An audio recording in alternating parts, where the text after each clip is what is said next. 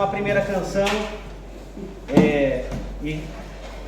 qual é a frase que vocês falam? Eu não sei qual é o que significa isso? Obrigado. Só obrigado. Obrigado, Senhor. Obrigado, Senhor. Vou levar para o Brasil essa. Muito bom, muito bom.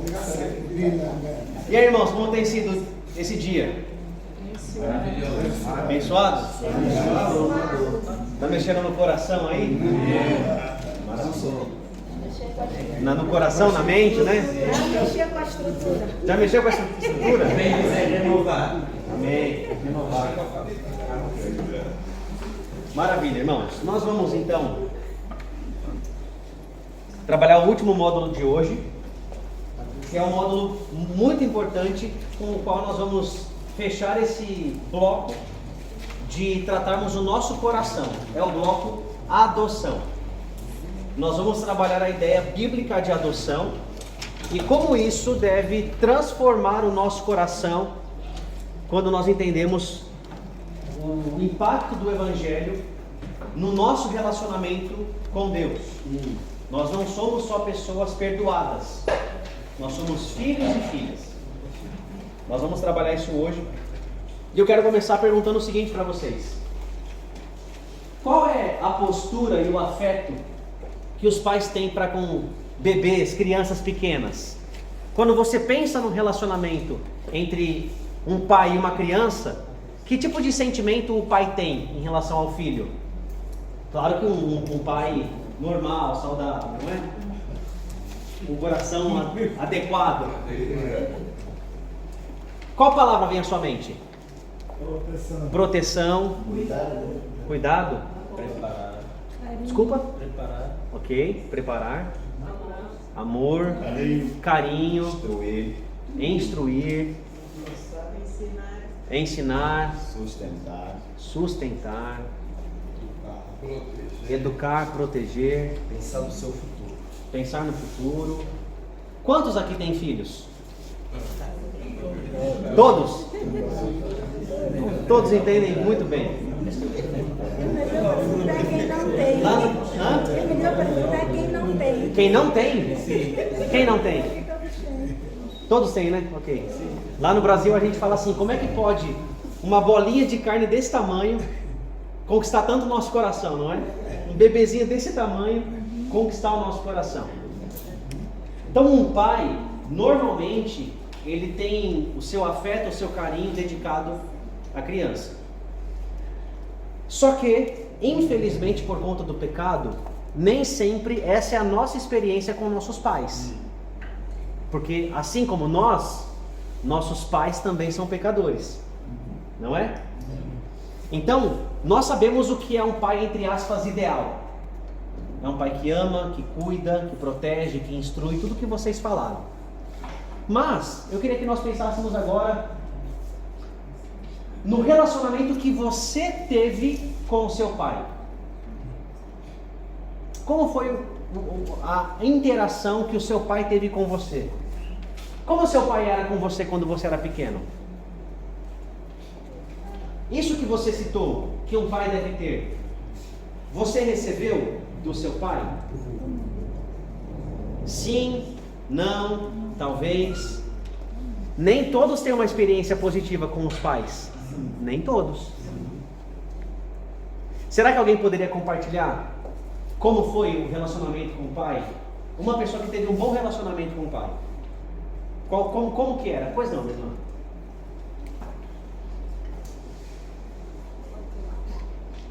Eu tive um bom relacionamento com meu pai. Meus pais estão casados. E eu era daquela filha que preferia o pai. Aquele dos pais escolherem, ou nas conversas dizerem: gosto mais do pai ou da mãe? Eu sou daquele que eu preferia sempre o pai. E tive um bom relacionamento com o pai até um determinado momento, né? E então ele passou, ele não falava muito, mas ele ensinava com experiências. Ele era desse tipo de pai que fala pouco, mas ensina fazendo. Estava presente. Estava presente, ensinava ensinava a amar as pessoas. Nós víamos nele como tratava as pessoas, tinha bom trato, como ele considerava as pessoas carentes. E assim, tudo aquilo que dá para gerar uma fezinha, não é? De amar as pessoas. Ele conseguiu passar isso. Ele não ia, naquele tempo éramos católicos, ele era seminarista, foi seminarista e desistiu quase de ser padre. E não frequentava muito a igreja, mas ele nos obrigava a ir para a igreja. Nos obrigava a ir para a igreja, dizendo, você não pode faltar, vocês têm que amar a Deus, essas coisinhas assim de religioso. Sim. E sentia a proteção, ensinava a amar a escola, amar estudar, essas coisas todas.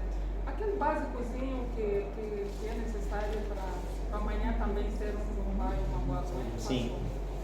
Maravilha, meu irmão. Muito obrigado. Obrigada. Por outro lado, alguém que teve uma experiência que não foi tão positiva com o pai, deseja compartilhar? Eu sei que é uma questão complicada e talvez você não queira compartilhar e entendo, você não precisa. Mas tem alguém que teve uma experiência não tão positiva e deseja compartilhar? Pois não. Só se você se sentir à vontade com isso, ok? Obrigado. Quem criou foi o meu tio. Sim. Que eu considero meu pai, com muito orgulho. Mas o meu pai verdadeiro, que é o biológico, vive até hoje, conheço onde vive. E por ele saber que eu existo, sendo o primeiro filho dele rapaz, nunca procurou, nunca precisou falar, mas eu fui atrás para falar com ele, falávamos, temos número, ele tem o meu, tem o dele, mas nunca houve um dia que, tipo, alô, está tudo bem? E eu me pergunto, se eu sou pai, e meus filhos, quando saem de casa, eu procuro saber se está bem, se as crianças estão bem ou não. Mas será que ele não sente isso de saber que tem alguém aí que eu possa saber se está bem ou não, por mais que já esteja adulto? Então é uma experiência que eu não consigo entender isso, porque eu sou pai, eu não consigo fazer isso aos meus filhos, e como é que ele consegue? Então isso às vezes passa-me pela cabeça. Sim. Obrigado pela sua sinceridade, meu irmão. Obrigado por abrir seu coração. Você consegue pensar em uma palavra para definir assim o que seu pai era, como ele era para você, como ele cuidava de você? Quando eu penso no meu pai, a primeira palavra que me vem é trabalho. Meu pai trabalhava demais. Meu pai acordava 3 horas da manhã, saía para trabalhar, voltava para casa 10 horas da noite. Chegava em casa, fazia algumas coisas, ia dormir 11h30, meia-noite, para acordar de novo 3 horas da manhã. E eu me lembro de ser pequeno e sempre tive o sono muito leve. Me lembro do meu pai 3 e pouco da manhã, saindo de casa para ir trabalhar. E ele saía, eu e meu irmão estávamos dormindo. Quando ele voltava, nós também estávamos dormindo. Então a gente só se via basicamente no final de semana. Mas eu me lembro do meu pai indo trabalhar, e enquanto meu pai o quarto dele ficava no final do corredor e ele passava na frente do nosso quarto, no meio do meu irmão. Eu acordava ouvindo os passos dele indo para fora de casa. Aí eu acordava, abria o olho bem pouquinho assim, sabe? E eu me lembro de olhar para a porta e ver o meu pai com as mãos estendidas antes de sair de casa, orando por mim e pelo meu irmão. Essa é uma das imagens mais fortes que eu tenho na minha mente. Meu pai indo trabalhar, que é o sustento para casa, e ele orando pelos filhos. Essa é a imagem que vem na minha mente. Para você, como é que seu pai era quando pequeno? Pense em uma palavra e compartilhe, por favor. Pois não. Cuidadoso. Cuidadoso. Perfeito. Muito obrigado. Mais palavras? Como? Eu praticamente cresci com o meu pai. Meu pai separou-se da minha mãe quando eu tinha 6 anos. Sim. Mas uma coisa que eu via de bom nele, além de ser protetor, eu praticamente cresci na mão das minhas tias, Então, quando ele saísse de casa, ele deixava o dinheiro para alimentação. Uma coisa que eu via nele, quando ele chegava em casa, primeira coisa ele observava na mesa o que é que estamos a comer. Se tivesse a faltar aquilo que ele sabe que é de essencial, eu ouvia já minhas tias a gritar: não, bora! Quando chegava na mesa, dava um bico na mesa, toda a comida no chão, dizia: olha, o dia que eu der, vocês têm que fazer a comida certa, mas não podem comer essa comida. Essa é a imagem que eu tenho. Ele sempre optou por boa alimentação. Sim. Muito obrigado, meu irmão. O que mais? Vamos pensar em palavras. Pense em uma palavra e fala a palavra que escreve. Sábio. Sábio? Sábio. O que mais? Pense em uma palavra. Pois não. Conhecimento. Conhecimento. Sério. Sério. O que mais? Pois não, meu irmão. Rigoroso. Verdadeiro. Mal. Inteligente.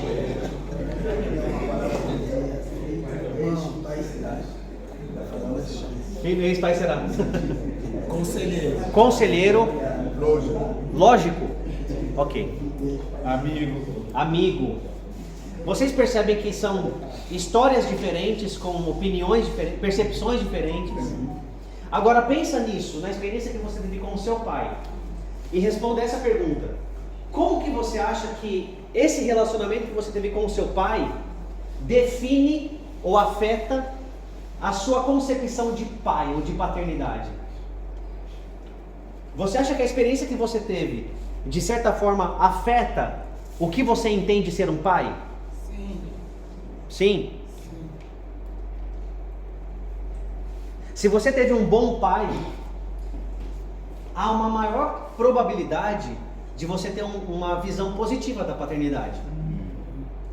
Se você teve um pai ruim em certos aspectos, ou mal, como foi dito, a paternidade vai ser uma coisa mais difícil para você. Por quê? É inevitável a gente conceber a ideia de pai usando o que nós temos de mais próximo, o nosso pai. Não é? Então, o conceito de paternidade, ele é importante porque a Bíblia descreve Deus como pai. Mas o conceito que nós temos do nosso pai terreno afeta também o nosso relacionamento com o nosso pai celeste. Sem sombra de dúvidas. Quer a gente queira, quer não. Não é uma coisa que você escolhe.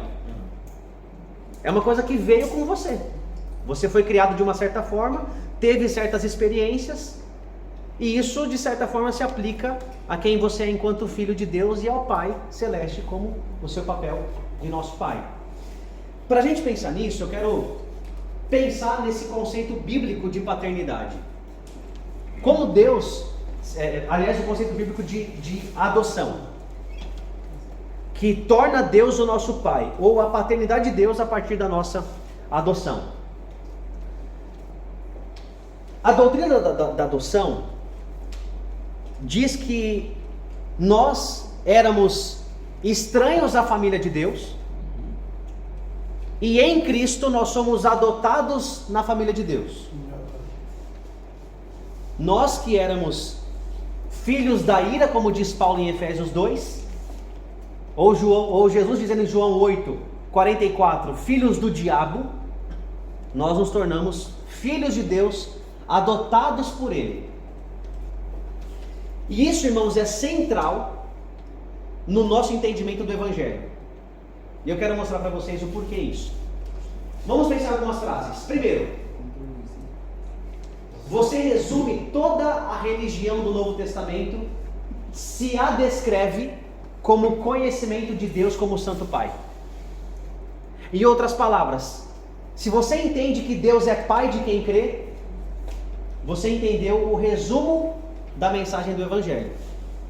Ou você entendeu o maior benefício que o Evangelho dá. Se você quer julgar o quão bem uma pessoa entende o cristianismo, descubra o quanto ele pensa ser filho de Deus e ter Deus como seu Pai. Isso controla a sua adoração, orações, toda a sua visão de vida? E por fim, Pai é o nome cristão para Deus. Tudo isso está no livro Conhecendo a Deus, do J.I. Packer. De certa forma, nós podemos resumir os benefícios do Evangelho no conceito de adoção. De forma que nós podemos dizer que a adoção é o maior privilégio que o Evangelho oferece, mais elevado inclusive que a justificação. Entende isso? O que é a justificação? Como o Toby explicou hoje pela manhã, é a ideia de que em Cristo a sua justiça foi colocada sobre mim. Toda a obediência perfeita foi colocada sobre mim. E isso é maravilhoso, porque perante o tribunal de Deus você não deve mais nada. Você é declarado justo, inocente, absolvido. Isso é maravilhoso. Nenhum de nós merecemos isso. Mas uma coisa é o juiz te absolver. Uma coisa é o juiz declarar que você tem um saldo positivo.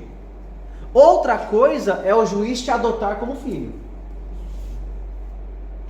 Deus não tinha obrigação nenhuma de adotar quem Ele perdoou. Só o perdão seria maravilhoso. Só o perdão garantiria que você não iria para o inferno. Mas Deus, além do perdão, além da justiça que é colocada sobre nós, Ele nos adota em sua família. Então nós podemos dizer, como diz aquele teólogo americano John Frame, que o ápice do Evangelho é a adoção. Não há benefício maior na vida cristã do que ser adotado. Ser perdoado é maravilhoso, receber a justiça de Cristo é incrível, mas ser adotado é o ponto alto. Não há nada maior do que sermos adotados por Deus. Então, toda a vida cristã deve ser entendida nesse termo da adoção, em termos da adoção. Novamente, nós não estamos dizendo, irmãos e irmãs, que a justificação não é importante. Nós não estamos dizendo isso.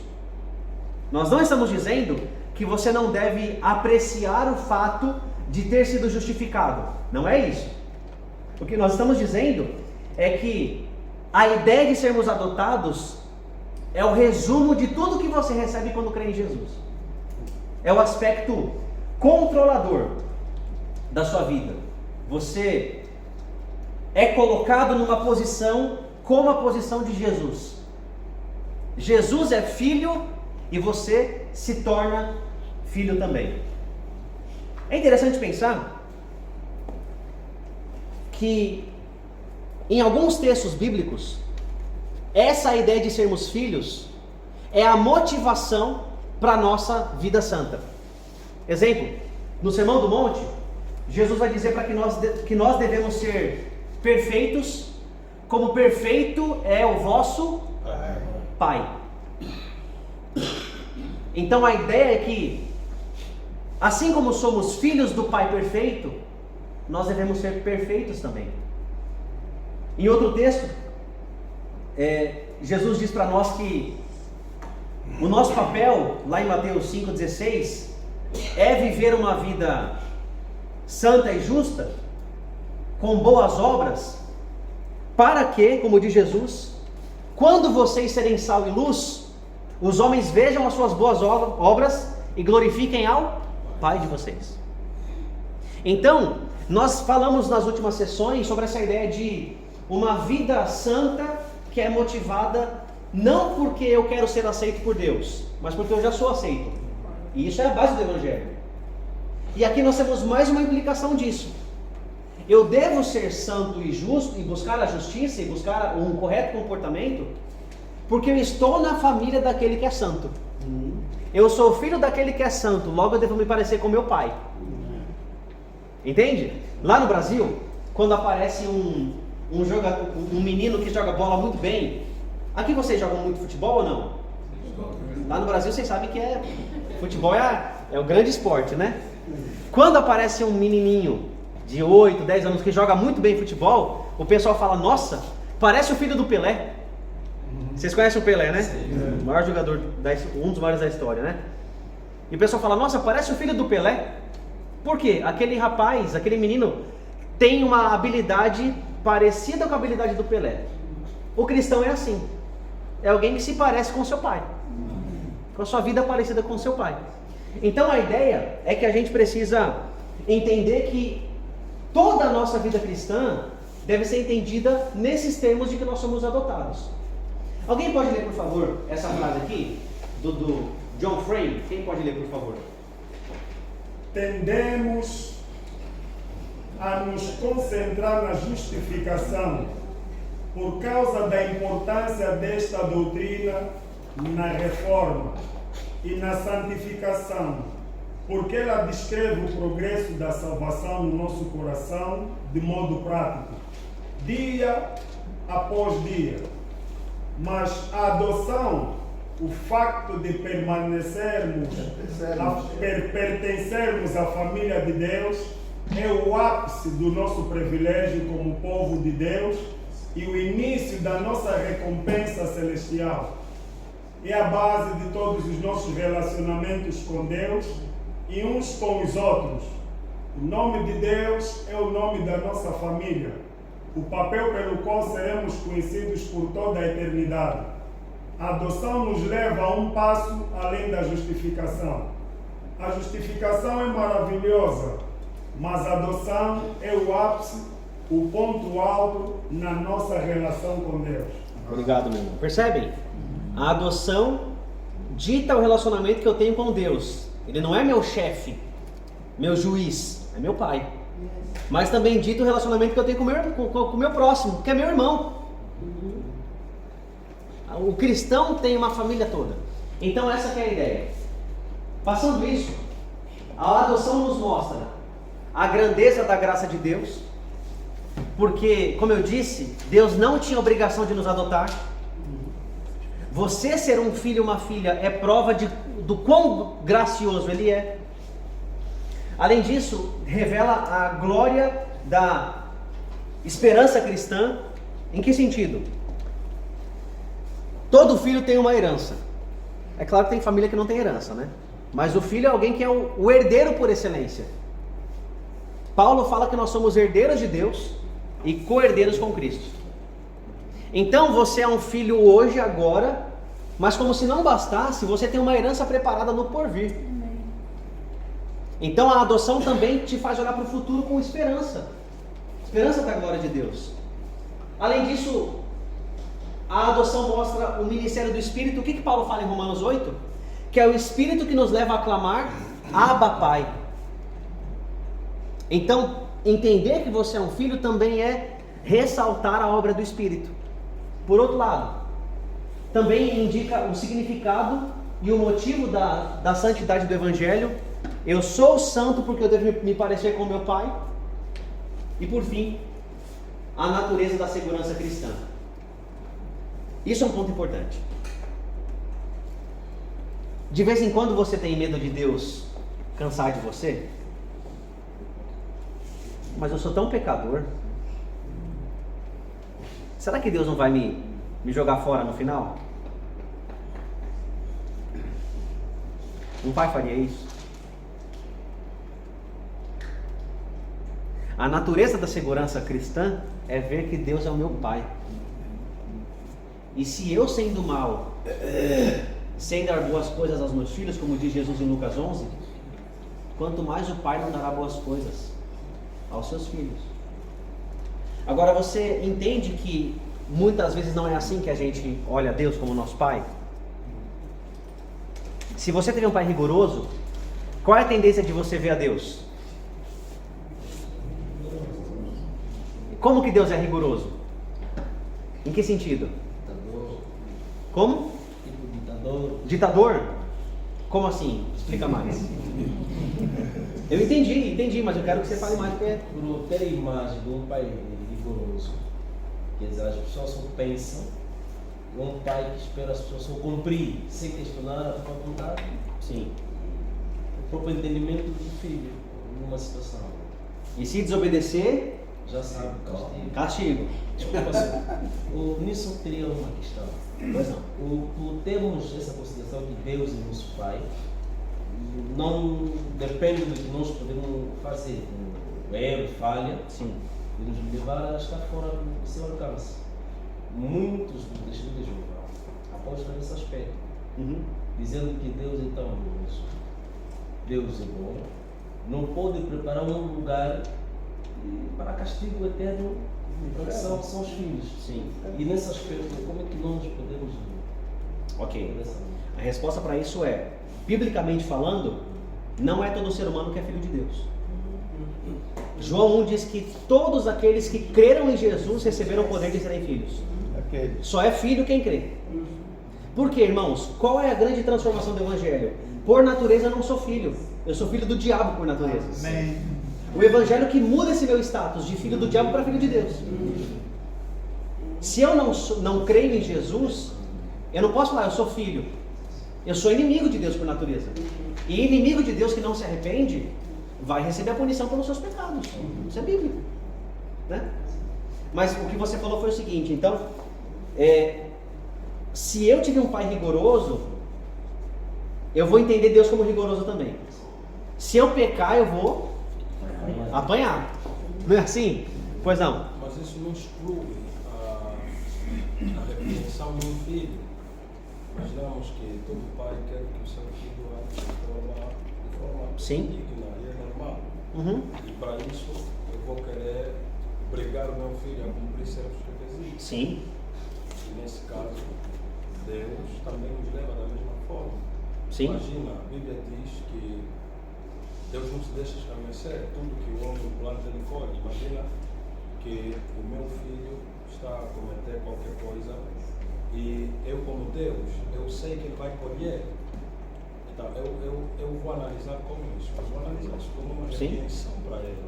Imagina, o filho está desviado, se desviou por causa do dinheiro e Deus cria circunstância para tirar aquele trabalho, aquele negócio que ele estava a fazer e ele perde aquilo. Quer dizer, é uma repreensão da parte de Deus. Sim. Quer dizer, nós olhamos nesse âmbito, né, que Deus nos repreende com o seu rigor, como Deus, para nos cuidar. Sim. Queremos que o nosso filho caia aí. Então eu uso algo que pode ser tirar algo para ele, que ele Sim. se sentir mal. É nesse aspecto de Deus ser rigoroso, zeloso Sim. com os seus filhos. E como é que a gente responde isso com o que a gente está falando aqui? Como que encaixa as duas coisas? Que Deus é um bom pai, que quer o bem do seu filho. Ok. Quem mais pode falar sobre isso que ele comentou agora? Como é que a gente encaixa essa ideia de Deus ser rigoroso com... Mas não é rigoroso num sentido mau. É Sim, eu entendi. Bem dele. Sim, sim. Pois não.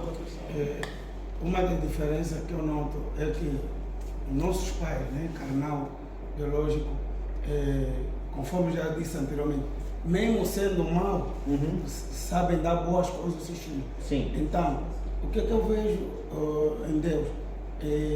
Ele preparou tudo do melhor para nós, porque nós já vemos de uma natureza pecaminosa, então nem tudo aquilo que nós queremos, que a gente às vezes pode pensar até que está a fazer bem o rigor, às vezes regra que nos impomos, mas já Deus, ele já estabeleceu os princípios daqueles que aceitam, porque na adoção, quando nós aceitamos, a gente já entra com uma condição, com condições de como filho obedecendo aquilo tudo que ele já estabeleceu. Sim. Na sua palavra. Eu vejo que é um pouco diferente. Nós, quando nascemos aqui, a gente vai aprendendo. Na Bíblia vamos aprendendo de uma maneira diferente.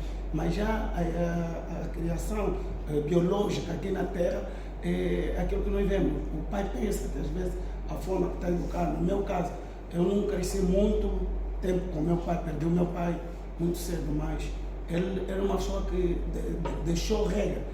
Vocês têm que crescer assim, um dia que eu morrer, vocês têm que crescer assim. Parecia ser uma coisa boa para todos nós, mas hoje a gente já tem a luz da palavra, vê que nem tudo que a instrução for, mas já Deus já estabeleceu isso. Perfeito. Mais alguém? Pois não. Eu gostaria de até ter a oportunidade da palavra de Deus 12, segundo. E seguinte, agora disse, e já vos esqueceste da exortação que argumenta convosco como filhos. Filho meu, não despreze a correção do Senhor, não desmaies quando verem vos repreendido. Porque o Senhor corrige o que ama e açoita qualquer que recebe por filho. Se suportais a correção, Deus nos trata como filhos. Porque que filho há a quem o Pai não corrija? Mas se estás sem disciplina, da qual todos são feitos participantes, sois então bastardos e não filhos. Além do que, tivemos nossos pais, segundo a carne, para nos corrigirem a nós, e nós os reverenciávamos, não nos sujeitaremos muito mais ao Pai dos Espíritos para vivermos, porque aqueles, na verdade, por um pouco de tempo, nos corrigiam como bem lhes parecia, mas este, para nosso próprio proveito, para sermos participantes da sua santidade. E, na verdade, toda a correção ao presente não parece ser de gozo, senão de tristeza, mas depois produz um fruto pacífico de justiça nos exercitados por ele. Eu entendo primeiro que Deus não fez o inferno para os homens. O inferno é para Satanás e seus irmãos, como a Bíblia diz, todos aqueles que não amarem a Deus. O professor disse muito bem que só todo filho de Deus carece de disciplina e de correção. E quando vemos aqui nessa natureza, nós estamos estudados, mas temos aí a nossa natureza, não foi abolida, a nossa antiga natureza, ela está em nós e ela nos rodeia, ela nos assedia, como diz o versículo do capítulo 12. O que acontece é que Deus usa a vara para nos corrigir para o nosso próprio bem. E a bondade de Deus, o amor de Deus não anula a sua justiça. Sim. Deus é justo.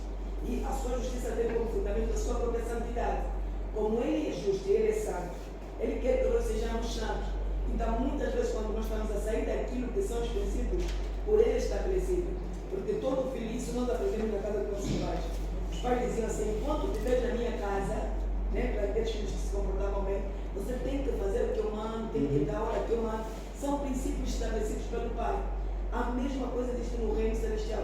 Deus tem princípios do seu reino. Então, como filho, devemos andar pautados nos princípios de Deus. E quando isso não acontece, Ele vai nos corrigir com amor. Sim. Ele vai nos corrigir com a vontade de nos ver melhor, não como nosso Pai. Não com punição. Não com punição, mas com amor para nos endireitar. Então eu entendo que a justiça de Deus, o amor de Deus, é corrigir para estarmos melhor para ser disponíveis. Aí eu faço uma pergunta para todos vocês. A disciplina de Deus é uma realidade.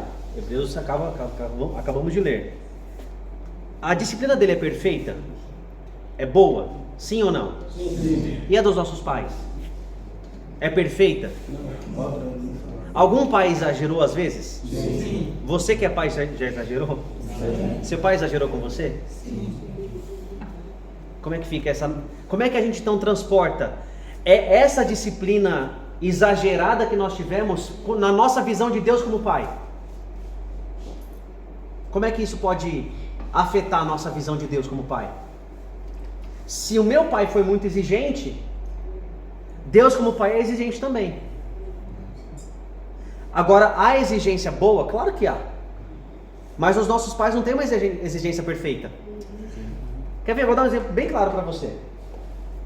Eu fui uma criança terrível. Muito bagunceiro. Eu era uma criança muito bagunceira, terrível. Eu quebrei o meu braço direito 5 vezes. Meu braço esquerdo uma vez foi fratura exposta, para desespero dos meus pais. E um dia, eu cheguei em casa e meu pai, coitado. Meu pai chegava em casa depois de toda essa jornada de trabalho que eu comentei para vocês. E normalmente ele chegava em casa e minha mãe falava: olha, tá aqui o Diego machucado de novo. Vai para o hospital com ele. E aí meu pai, coitado, cansado, ia para o hospital. E aquela demora toda. Olha, meu pai foi um herói. Teve um dia que nós estávamos jantando em casa, comendo à noite.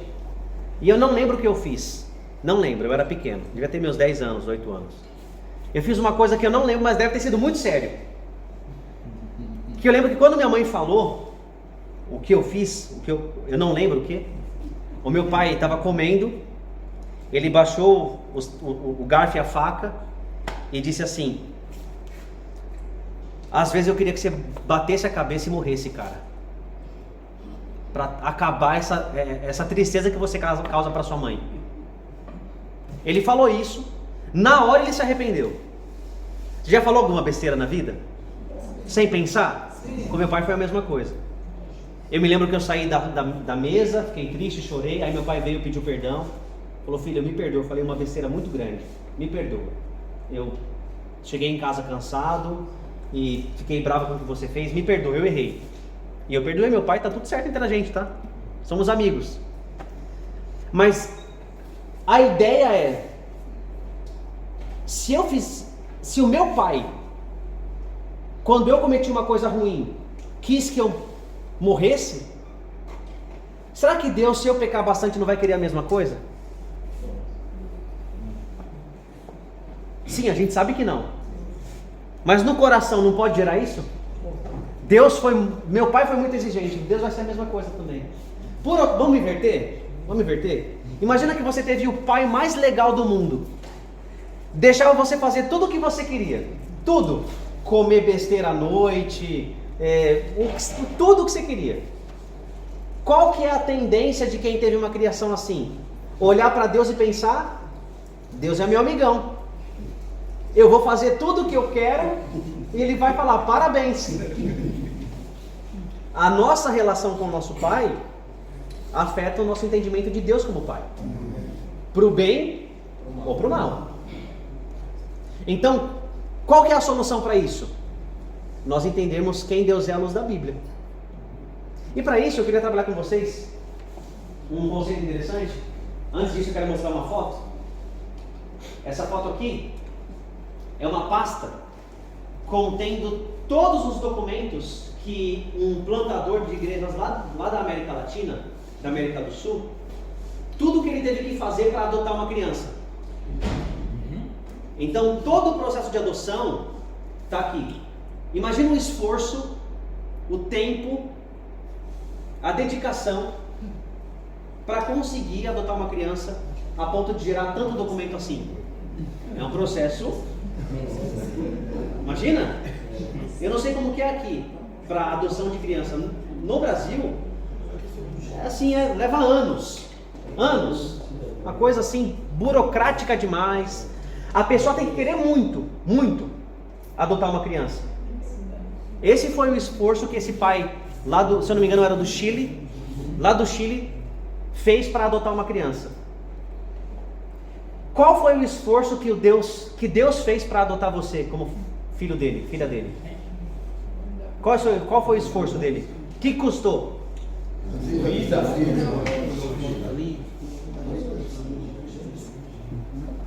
Foi um custo maior do que esse? Ele deu o seu próprio filho. Então Deus teve um custo inimaginável para nos tornar filhos e filhas dele mesmo. Então, segundo o Novo Testamento, nós somos filhos. E o que quer dizer que somos filhos? Nós vamos fazer um pequeno exercício agora. E esse é um exercício individual por conta do tempo, tá? Vai ser individual. Nós vamos olhar para esses 3 textos aqui: Romanos 8, 14 a 17, Gálatas 3, 26 a 29 e Hebreus 2, do 10 ao 15. Eu quero que você leia esses textos e você responda o seguinte: de acordo com esses textos, o que significa ser filho ou filha? Ok? Eu vou dar para você 1 minuto para cada texto. É suficiente? Não, né? Abra aí então, por gentileza, em Romanos 8, 14 a 17. Na sua Bíblia, no seu celular, não sei onde você tem a Bíblia.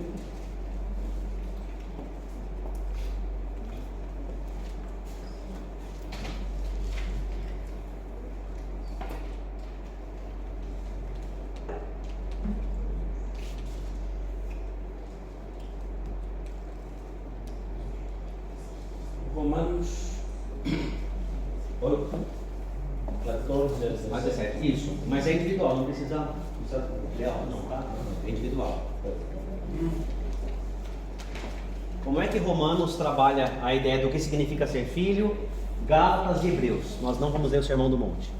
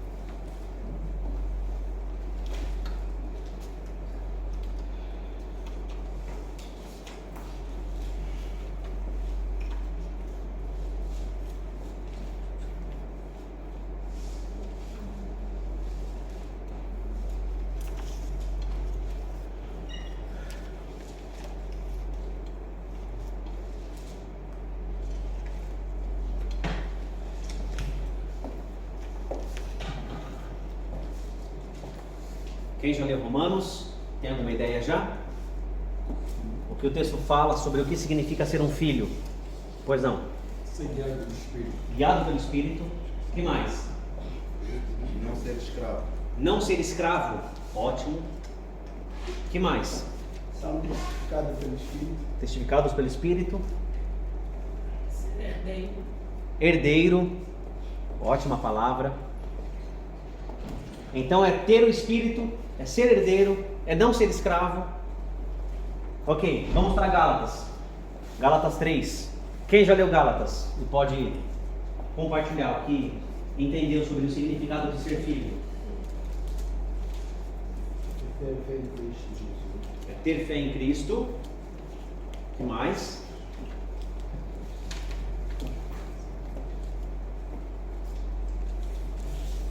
Gálatas 3, 26 a 29. O que significa ser um filho? Ser revestido em Cristo. Revestido em Cristo. O que mais? Crer em Deus. Crer. Herdeiro da segunda promessa. Herdeiro da segunda promessa. Ok. O que mais?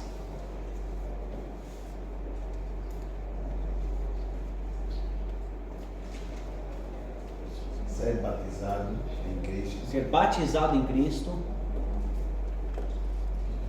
Ok. Descendência de Abraão, que é dele. Descendência dele.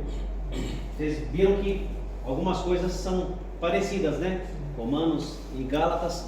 Agora, Nova Hebreus. identidade. Como? Uma nova identidade. Nova identidade, muito bom. Depois vocês vão ler, talvez hoje à noite, Hebreus 2, 10 a 15, o Sermão do Monte, onde essa ideia vai ser ampliada do significado de ser filho. Mas eu quero chamar a atenção de vocês do texto de Romanos 8. Paulo faz uma diferenciação entre ser filho e ser escravo. Nós não somos mais escravos, nós somos filhos. Tudo bem? Vamos pensar nessa diferença? Qual é a diferença entre ser um filho e ser um escravo? Ser escravo nos deve ser uma questão de medo. Que escravo é medo, maltrato. Sim. O que mais? Vamos pensar em escravo. O filho tem privilégios, o escravo tem limitações. Escravo, limitações, filho, privilégios. Sem privilégio. Não tem privilégio, escravo. O que mais? Escravo. Quando você pensa em escravo, Escravo trabalha sem recompensa. ele trabalha sem recompensa, Escravo não tem direito. não tem direito. O que você falou? Alguém que tem esse sujeito a cumprir isso. É sujeito a cumprir, não tem escolha, né? O que mais? O que mais é um escravo? Não tem afeto. Ok? O que mais, gente? O que é um escravo? Oprimido. Não tem liberdade. Sem liberdade. O que mais? Aquele que não é da família. Não é da família. Não tem proteção. E não tem herança. Não tem herança. Pois não. L'esclave dépend de son maître, O escravo Depende do mestre. depende do mestre. mais le fils est l'héritier du père. Tá. Il ne dépend pas du maître. Il a l'héritage já aqui. Quem pode traduzir para mim? O filho é herdeiro. O herdeiro do pai. O filho. Ok. Enquanto o escravo não tem herança. tem herança. O escravo não tem herança. Também pode ser alguém que é designado por uma paixão. Mas a gente está pensando aqui literalmente. O que descreve um escravo? esse é um sentido metafórico, né? É escravo de um desejo. Isso, sim. Mas a gente está pensando no escravo de fato, literalmente, né? A diferença de um escravo para um filho. Então, medo, opressão, falta de afeto, não tem herança, Não tem valor. não tem valor. Isso é muito bom. O escravo é um objeto. É uma propriedade, não é? Et aussi, l'esclave a besoin d'être racheté pour avoir la même position que le fils. Mais le fils, de facto, já tem aquela posição. Ok. Quem pode trazer? Eu não entendi a primeira parte. Pois não. O filho, o escravo, deve ser resgatado para ter criança. Ok. Enquanto o filho é o direito de ser. Então, pelo que vocês falaram, ser escravo não é uma coisa agradável. E o filho? A gente falou do filho. O que caracteriza um filho? A gente falou várias palavras de escravo, né? E um filho? Honra. Herdeiro. Que mais? Tem direito. Da mesma espécie. Direitos. Da mesma espécie. Mesma espécie? Exato. Boa palavra. Semelhança do pai. Semelhança. Fala mais. O que significa isso da mesma espécie? Da mesma espécie. Do mesmo tipo. Mesmo tipo? O filho de peixe é peixe. Filho Ok. de... Mesma natureza. Ok, entendi. Exato. Que mais? A representação do pai. Ele representa o seu pai. Que mais? Amado do pai. Amado. Que mais? Livre, não tem medo, né? Que mais? Chefe?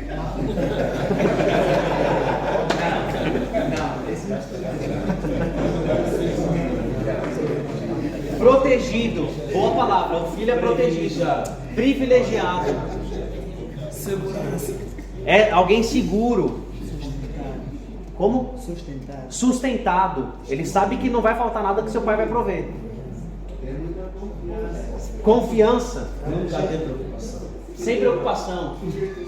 É verdade, o filho não tem preocupação, né? Eu tenho certeza que meu filho não fica preocupado se vai ter comida na casa dele. Ele sabe que vai ter. Bênção. Vocês percebem, gente, como essa é uma comparação poderosa que Paulo faz? E a gente não costuma pensar muito nisso? Nós não somos mais escravos, nós somos filhos.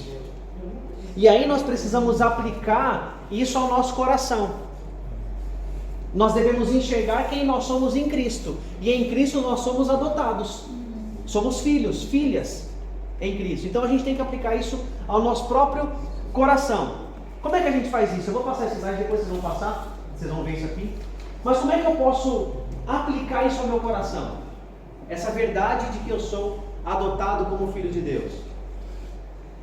Existem duas diferenças. O escravo ou o órfão, quem não é filho, e o filho.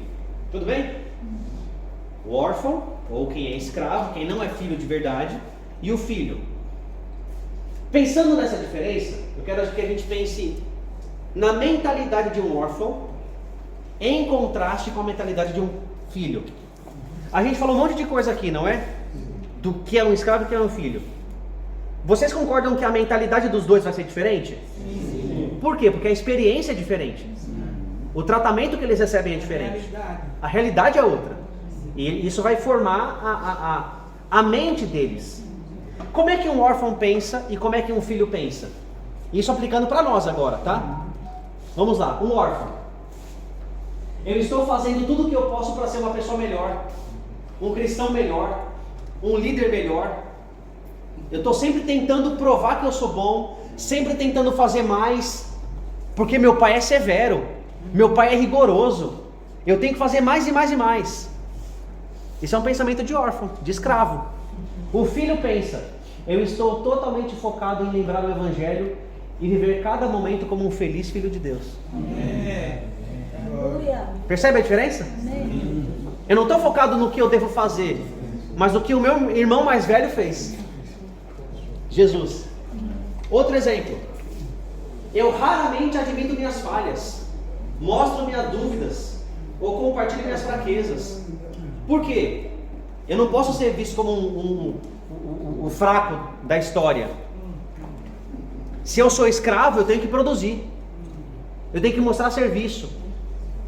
Se eu sou um órfão, eu tenho que dar meu jeito na vida. Agora, e um filho?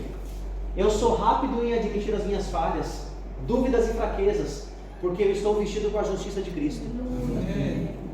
Minhas fraquezas não me definem, minhas dúvidas não me definem, minhas falhas não me definem.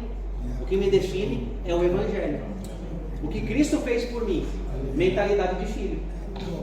Outro exemplo: quando eu sofro, eu me sinto culpado, é minha culpa, ou amargurado. Deus me deve alguma coisa. Como é que pode Deus deixar eu passar por isso? Eu sou um filho tão bom, eu obedeço tanto. Como é que pode Deus fazer isso? Ou, se eu estou sofrendo é porque eu fiz alguma coisa muito errada. Esse é um pensamento de órfão. Como é que o filho pensa? Eu já sou filho, eu sou amado. Logo, quando eu sofro, eu olho com paciência para ver como o Pai está usando essa aprovação para me fazer mais parecido com Cristo. Percebe como muda? Um pensamento de filho, não de órfão. O órfão pensa assim: se eu estou sofrendo é porque ou não me ama ou está me castigando. E o filho pensa: ele me ama tanto que até permite sofrimento para me amadurecer. Outra coisa, eu tendo a me comparar com os outros, o que me leva ou a orgulho ou a depressão. Bom, se eu não tenho um pai que me protege e me define, eu tenho que provar que eu sou bom. E se eu provar que eu sou bom, eu vou ficar orgulhoso. Se eu provar que eu não sou bom, eu vou ficar depressivo. Agora, como é que o filho pensa? Eu estou seguro na minha adoção, então eu busco servir as pessoas, especialmente quem é diferente de mim. Eu não estou competindo com ninguém. Eu já sou filho. Eu não estou competindo com outro pastor, com outro ministério. Eu sou filho. Ter um ministério bem sucedido ou não, não muda o meu status. Eu sou filho.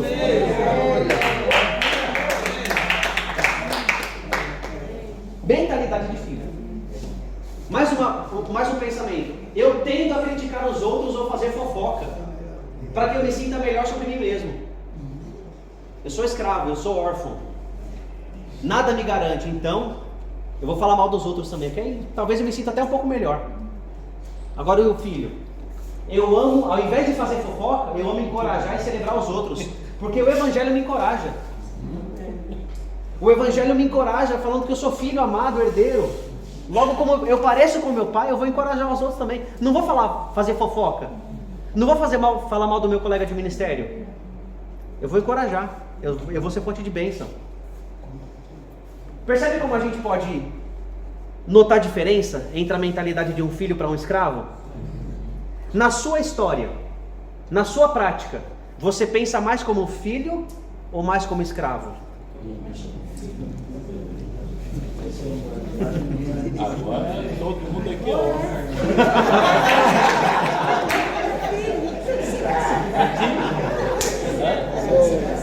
Quem não critica os outros, quem não faz fofoca dos outros, todo mundo aqui é órfão. Mas vamos ser filhos já.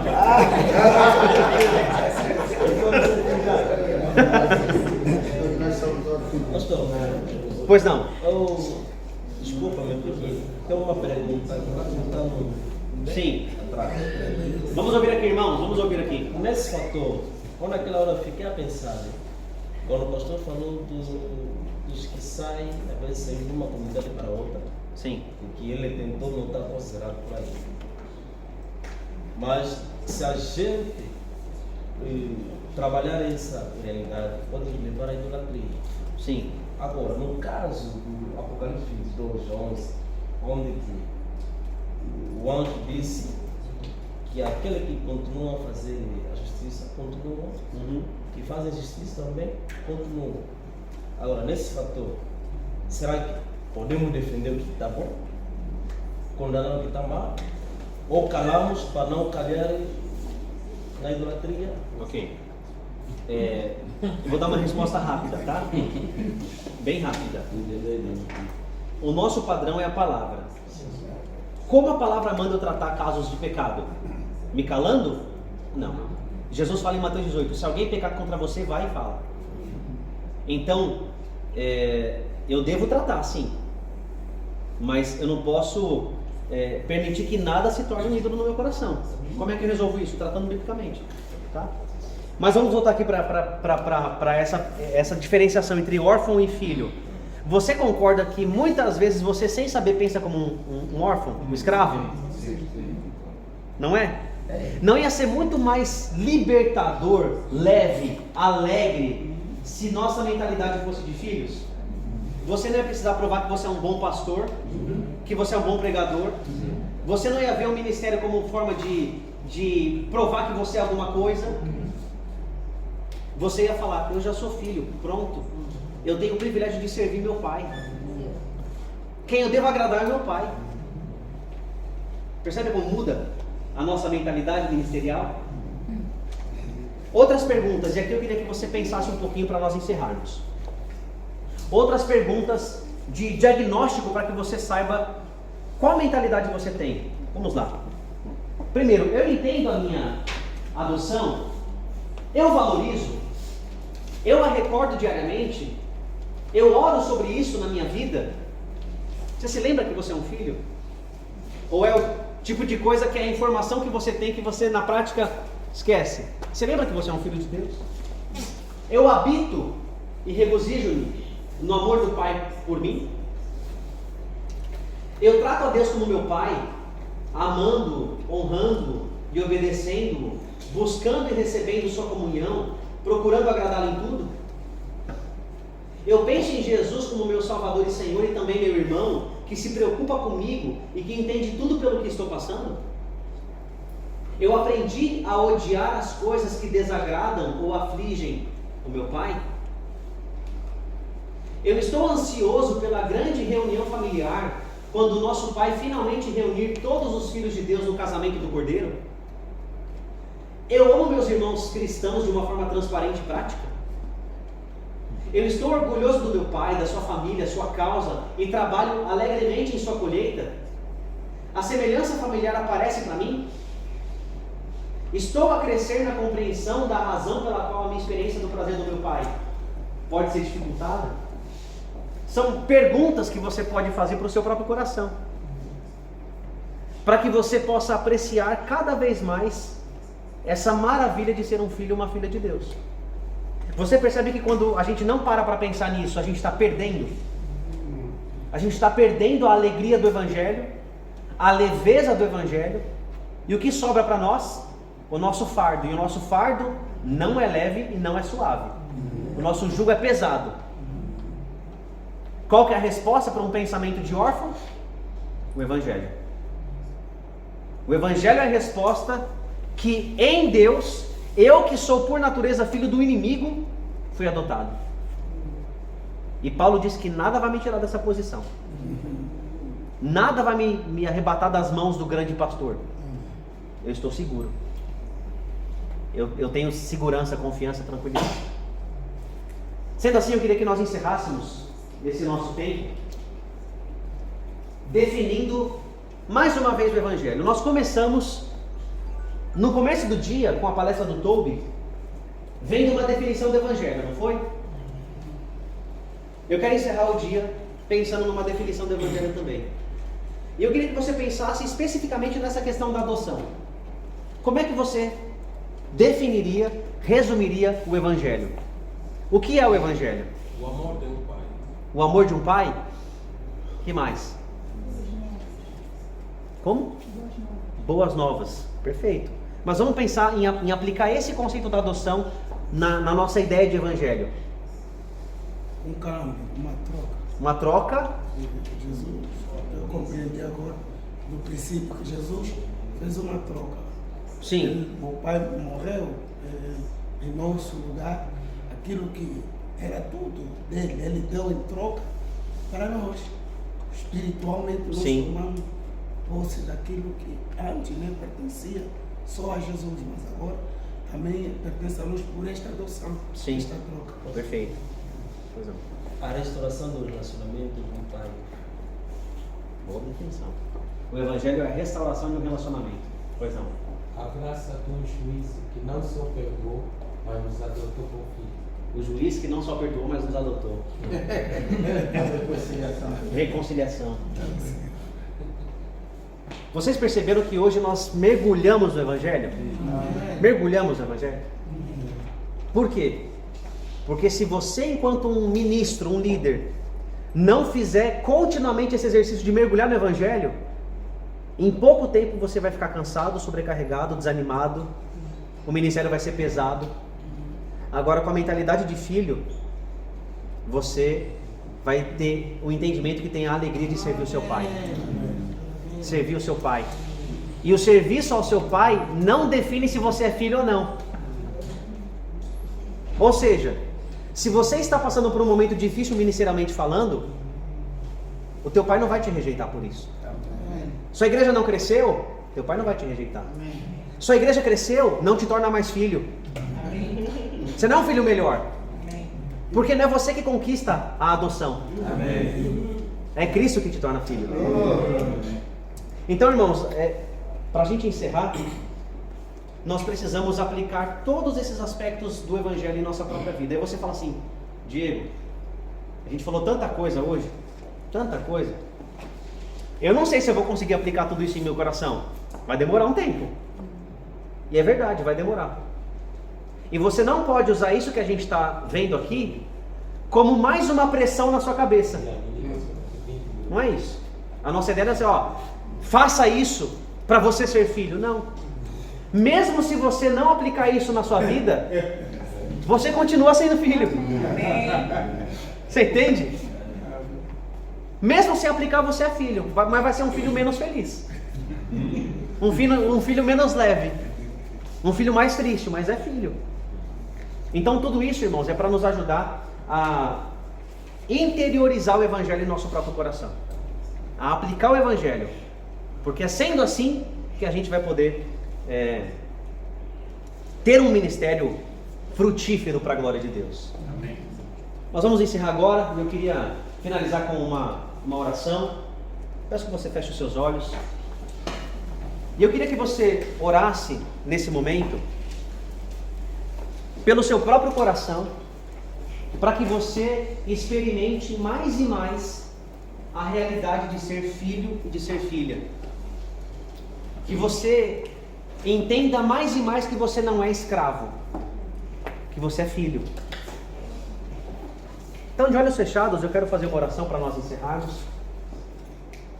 E enquanto nós fazemos essa oração final, eu queria que você pedisse ao Espírito Santo para consolidar essas verdades no seu coração. Não sei se você teve uma boa experiência com seu pai, uma experiência ruim, mas independentemente disso, o seu Pai Celeste é perfeito. Seu Pai Celeste deu tudo para que você fosse adotado, adotada. E Ele não vai perder você. Você está seguro nas mãos dele. Nosso Pai que está no céu, muito obrigado, porque o Senhor decidiu soberanamente nos amar tanto, a ponto de dar o seu Filho perfeito em nosso lugar, a ponto de sacrificar o teu Filho Jesus em nosso lugar, e a ponto de considerar a justiça dele como nossa.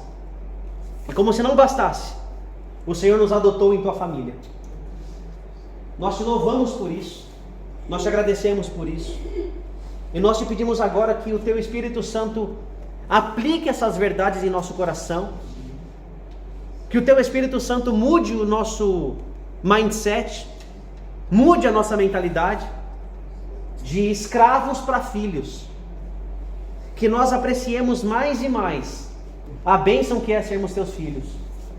Que a gente experimente essa liberdade, essa alegria, essa leveza, essa tranquilidade, essa segurança, esse afeto que significa termos o Senhor como nosso Pai. Nós te agradecemos por esse dia, por cada irmão e irmã. Pedimos a tua bênção sobre o restante da noite, sobre os próximos dias. Que o Senhor continue falando ao nosso coração e transformando o nosso coração. É assim que oramos em nome de Jesus. Amém. Amém. Irmãos e irmãs, eu quero agradecer muito pela atenção de vocês. Nós passamos um pouquinho o horário, mas quero agradecer a atenção, a participação. Vocês são uma turma muito boa. Amém. Eu quero agradecer a vocês. Deus abençoe.